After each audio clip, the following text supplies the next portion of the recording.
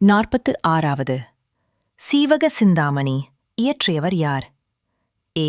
Ilango Adigal. B. Thiruthakkadevar. C. Seethalai Sathanar. D. Sekkizhar. சரியான பதில் B. Thiruthakkadevar. 47வது சீவக சிந்தாமணி எவ்வகை இலக்கியம்? ஏ. நாடகம். பி. நீதிநூல்.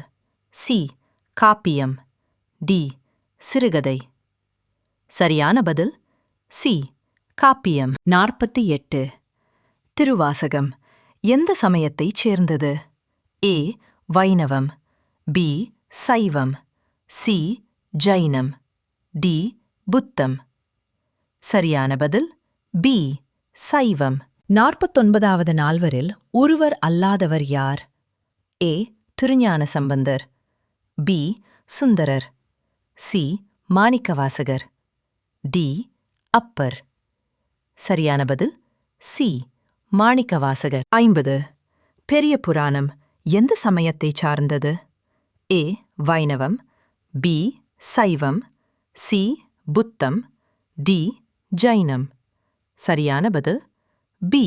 சைவம். 51 நற்றிணை எவ்வகை இலக்கியம்? ஏ. புற இலக்கியம். பி. அக இலக்கியம். சி. காப்பியம். டி. பக்தி நூல். சரியான பதில் பி. அக இலக்கியம். 52 புறநானூறு எவ்வகை இலக்கியம்? ஏ. அக இலக்கியம். பி. புற இலக்கியம். சி. நீதிநூல். டி. பக்தி நூல். சரியான பதில் பி. புற இலக்கியம். 53 முல்லைப்பாட்டு எந்த தொகுப்பைச் சேர்ந்தது? எட்டுத்தொகை பத்துப்பாட்டு. ஐம்பெரும் காப்பியம். நீதிநூல். சரியான பதில் பத்துப்பாட்டு. 54வது ஆத்திச்சூடி இயற்றியவர் யார்? A. Kambar. B. Avvaiyar. C. Bharathiyar. D. Bharathidasan. சரியான பதில் பி. ஔவையார். 55 மகாகவி என்ற பட்டம் பெற்றவர் யார்?